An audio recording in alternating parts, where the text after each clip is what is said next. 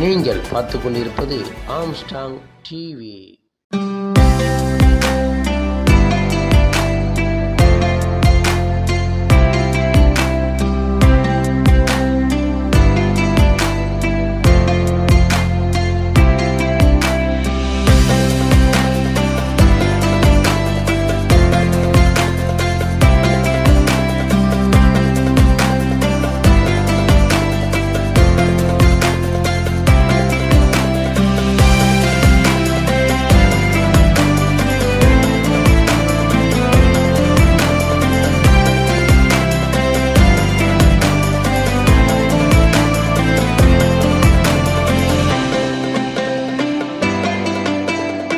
இரண்டாவது தத்தெடுக்கிற உரிமை, மூன்றாவது சொத்துரிமை. 1929 செங்கல்பட்டு மாநாட்டில் தந்தை பெரியார் சொல்றார், பெண்களுக்கு சொத்து வேணும், சொத்து உரிமை வேண்டும், ப்ராப்பர்ட்டி ரைட் இல்லைன்னா தொடர்ச்சியா அடிமை அப்படின்னு தந்தை பெரியார் சிந்தனை விதைக்கிறார். புரட்சியாளர் அம்பேத்கர் அவர்கள் சட்டம் கொண்டு வருகிறார். அப்படி சட்டம் கொண்டு வருகிற போது அந்த சட்டம் தோற்று போகிறது. அம்பேத்கர் ஏன் மனம் விரும்பினார் தெரியுமா?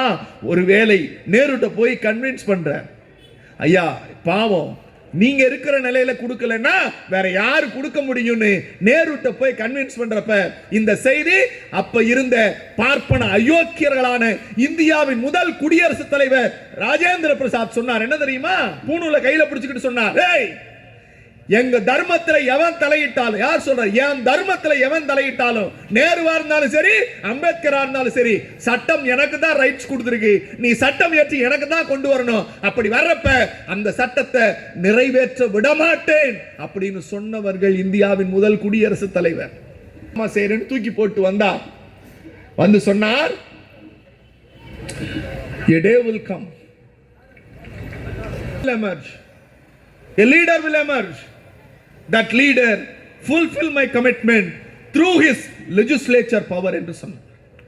ஒரு நாள் வரும், ஒரு தலைவன் வருவான், என் சித்தாந்தத்தை சட்ட வடிவமாக்குவான்.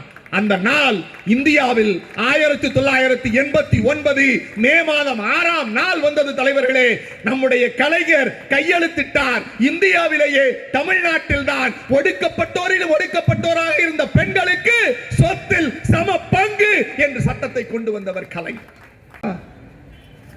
அடுத்த நாள் அசெம்பிளி இல்லைங்க, அடுத்த நாள் அசெம்பிளில ப்ரொசீடிங்ஸ்ல என் பேர் இருக்கு. தலைவர் சொல்றாரு, என் பேரை சொல்லி இந்த மாதிரி ஒரு கேள்வி கேட்டான் ஒரு சிறுவன். எனக்கும் அந்த இடத்தில் ஒரு விடயம் தோன்றியது. ஆகவே இனிமேல் தமிழ்நாட்டில் மாற்றுத்திறனாளிகளுக்கு 3% இடஒதுக்கீடு வேலை வாய்ப்பில் கல்வி நிலையங்களில் என்று கலைஞர் அறிவித்தார். அவர் மாதிரி நீங்க யார் சொன்னாலும் எடுத்துக்குவார், யார் கேட்டாலும் சொல்லுவார். அவரை போல தொண்டர்களை ஆதரித்தவர் இந்த உலகத்தில் யாரும் இருக்க முடியாது. நம்ம இளம் சுருதி இருக்கிறாரே, அவருடைய தந்தையார், அவரோடு பேசியவன், பழகியவன், அவரோடு கூட்டங்களுக்கு வாகனத்திலே பயணித்தவன். ஆதிக்க சாதியினரின் கரங்கள் நீளுகிற போதெல்லாம் அவன் யாம் புள்ள, அவன் யாம் புள்ள அப்படிங்கிற ஒரு குரல் வரும்.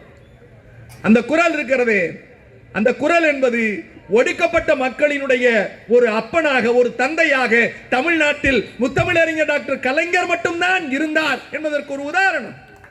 நீங்கள் பாருங்கள், புதுமை பெண் திட்டம், தங்க தமிழ் புதல்வன் திட்டம், இந்த நாட்டில் இல்லாத திட்டமே இல்லை என்று விடியல் பேருந்து திட்டம், கலைஞர் மகளிர் உரிமை திட்டம், இப்படி எல்லாவற்றையும் கொடுத்து கொண்டிருக்கிற ஒரே தலைவர் நம்முடைய கலைஞரின் பிள்ளை முத்துவேல் கருணாநிதி ஸ்டாலின். இன்றைக்கு கூட ஏகாம்பரேஸ்வரர் கோவில் விழாவில் அவர் பேசவில்லை. ஆனால் 3-4 குருமார்கள், குரு சன்னிதானங்கள் பேசினார்கள். அவர்கள் உன்னபடியே சிவனையும் முருகனையும் தொழுகிறவர்கள். அவர்கள் சொன்னார்கள், அதிலே மாண்புமிகு முதலமைச்சரை தான் பார்க்கிறோம் என்று ஒரு பெரிய மதத்தின் தலைவர் பேசுகிறார். எப்படி? ஏனென்றால் இந்த ஆட்சியிலே தான் நம்முடைய மாவட்ட கழக செயலாளர் அண்ணன் செயல்பாபு என்கிற புயல் பாபு அவர்கள் 3117 கோவில்களுக்கு இந்திய சுதந்திர வரலாற்றிலேயே கும்பாபிஷேகம் நடத்திய ஆட்சி இந்த ஆட்சி. அதிலேயும் குண்டக்குடி தவத்திரடிகளார் சொன்னபோது சொன்னார், கொள்ளையடிக்கப்பட்ட 6000 கோடி நிலம் இன்றைக்கு பாதுகாப்பாக கோவில்களில் இருக்கிறது என்றால் அதற்கு காரணம் மாண்புமிகு முதலமைச்சரும் அவருடைய துறை அமைச்சர் அண்ணன் சேகர் பாபுவும் தான் காரணம் என்று பறைசாற்றினார்கள். உங்கள் அப்பாவிற்கும் தாத்தாவுக்கும் கிடைக்காத உரிமை உங்களுக்கு கிடைத்திருக்கிறது. உங்கள் கிடைத்த உரிமை மேலும் வளப்பட்டு உங்கள் பிள்ளைகள் பேர பிள்ளைகள் நிரம்ப வாழ வேண்டும் என்றால், தன்மானத்தோடு மானமுள்ள அறிவுள்ள மனிதராக வாழ வேண்டும் என்றால் நீங்கள் ஆதரிக்க வேண்டிய சின்னம் உதயசூரியன். உதயசூரியன் உதயசூரியன். முதலமைச்சர் சொன்னார் 200 தொகுதிகள் வெற்றி பெறுவோம் என்றார். 234 லட்சியம் 200 நிச்சயம். எழும்பூரையும் வென்றெடுப்போம். வாய்ப்பளித்தமைக்கும் வாய்மொழி கேட்டமைக்கும் நம்முடைய இளைஞரணி தம்பிமார்களுக்கும் வாய்ப்பை வழங்கிய இளைஞரணி செயலாளர் அண்ணன் உதயநிதி ஸ்டாலின் அவர்களுக்கும் நன்றி தெரிவித்து விடைபெறுகிறேன். நன்றி, வணக்கம். நிர்வாகிகள் அனைவருக்கும், பகுதி கழக நிர்வாகிகள் அனைவருக்கும், வட்டக்கழக நிர்வாகிகள் அனைவருக்கும் மற்றும் நமது 108வது வட்ட நிர்வாகிகள் அனைவருக்கும் நன்றி நன்றி நன்றி.